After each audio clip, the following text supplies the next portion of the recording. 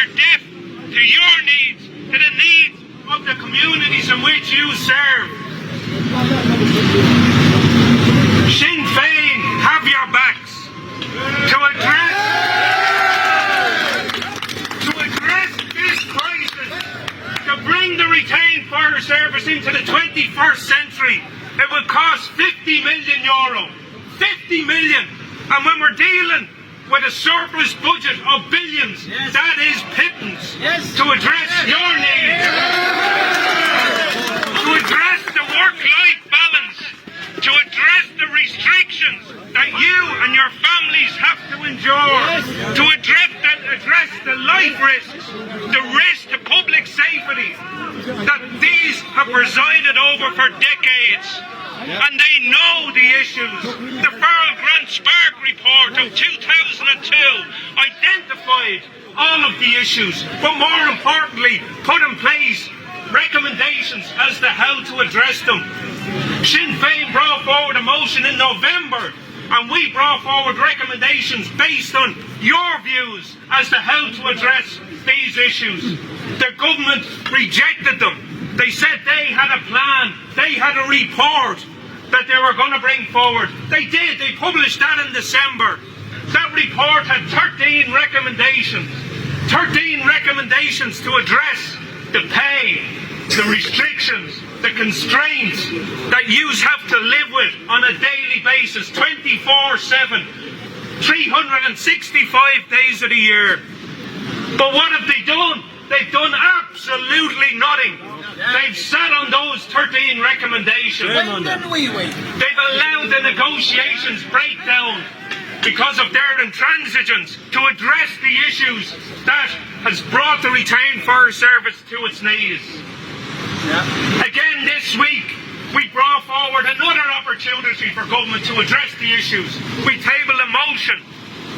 We had ministers, we had TDs from the government parties out posing for photographs outside fire stations across this state, throwing their arms around you, saying, guys and girls, we have your backs.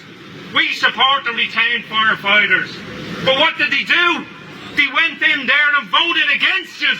They voted against us. So the lip service of government continues. The patronising, the backslapping, saying you are doing a great job. But when push comes to shove, they sit on their hands and allow the service continue to falter. We have one more opportunity, and credit to the NRFA and to SITTU, who have put it up to government now. One more opportunity. That's why yous are here today, in the hope that they might listen before all-out strike action commences next week. I met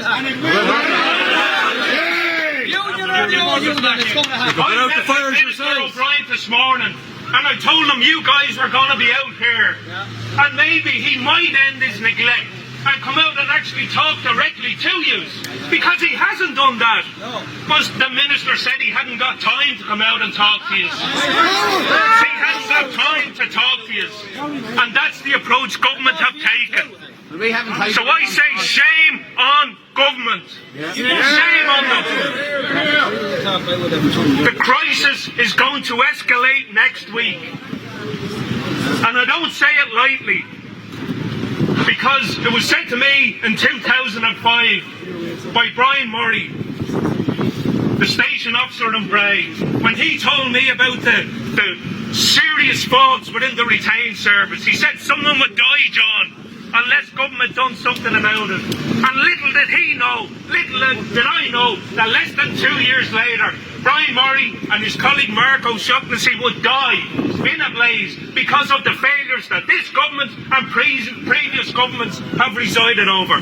But I'm not prepared to let one more person get injured, or one more firefighter to get injured or worse because of the failures. So the government must do the right thing. They must immediately address the recruitment and retention crisis that has crippled the retained service, that has crippled communities that lend them bread at this stage.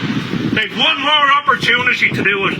The government must listen and act immediately before it's too late. Well done.